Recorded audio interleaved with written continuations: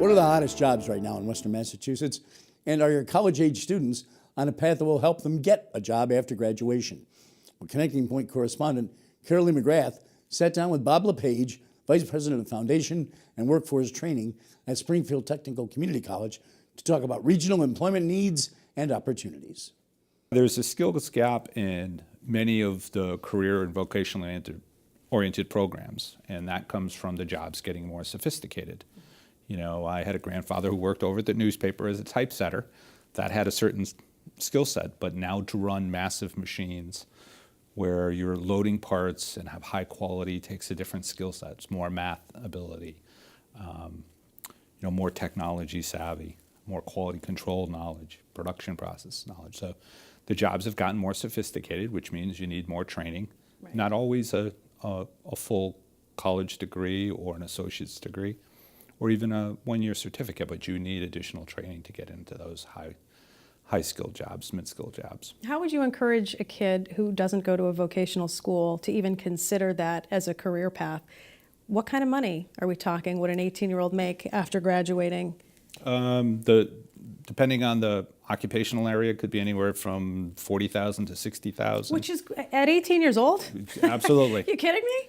And then because of the shortages in some of those occupations, they're often offered additional overtime, so they can even make $70,000, $80,000, $90,000 depending on that occupation. And the good news is there's such a high demand, they get placed very quickly into jobs upon graduation, and very often they're employed before graduation or have offers before they graduate. And you were saying the same is true with your program in mechanics as well. Yeah, our auto mechanics program, we had 22 students. That's all we can fit. We'd like to grow that program to fit more because there's a need, but those students are about 100% placement rate. We have a very successful HVAC program. Those students, people have said to me sometimes it's easier to find a doctor than it is to somebody fix your air conditioning. On certain days, you'd rather have your air conditioning. So those occupations are high demand, high growth, high wage. And those are great jobs that I think sometimes people will just sort of push aside, like, oh no, my son is not going to do that. They're going to be a doctor or a lawyer, but why not? I mean, I think that there's so many kids who are going to make great money doing these great jobs. And a lot of these become entrepreneurs. So right. we don't always think of it that way, but the HVAC student starts working for somebody and then they branch out on their own. They get their own business and they run and grow a business. Laughing all the way to the bank. All the way to the bank.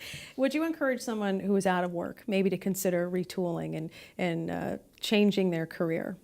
Yeah, that's something we really are focused on at both community colleges focus on that in our vocational programs. Is the career change where you can come in a year and be prepared to get re-entered in the workforce, or you can come into some of our intensive programs. We have production tech programs, we have certified nursing assistance program.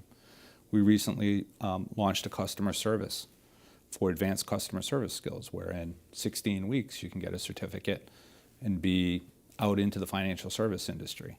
So there's a lot of opportunities for those people to get back in the workforce. And the good news is there's lots of employers in the region thirsting for that talent. And I think it's kind of scary, though, if you were in one particular field for so many years. How do you encourage somebody to kind of get over that and go for that training?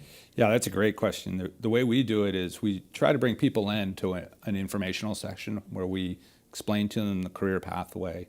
We provide them lists of employers that we know are looking for talent. We explain the delivery of the program, and we assess their basic skills. Do they have the math basic skills, the reading, the locating information for that career, and then counsel them if it isn't a fit on other career opportunities. So we let them sometimes come in and do what we call career exposure. So they may come into the manufacturing lab and see the machines running and shadow a little bit so that they can build confidence and awareness. And what kind of training and opportunities will you have with the casino coming? We have a lot of projects that we're working on, both for the hospitality industry and specifically for MGM. In the hospitality industry, we have a severe need in this region for cooks. So we're working with our collaboration with Hoyle Community on the hospitality. They're working on their culinary institute and growing it with a new facility. We'll be working on the gaming school. There'll be roughly 600 to 700 jobs that will require specialized gaming training. So we'll be opening up a gaming school to provide that type of training. So those are some pretty exciting opportunities from the manufacturing to hospitality that people can really be thinking about as we move forward. So thank you so much, Bob, for joining us. Absolutely. Thanks for the opportunity.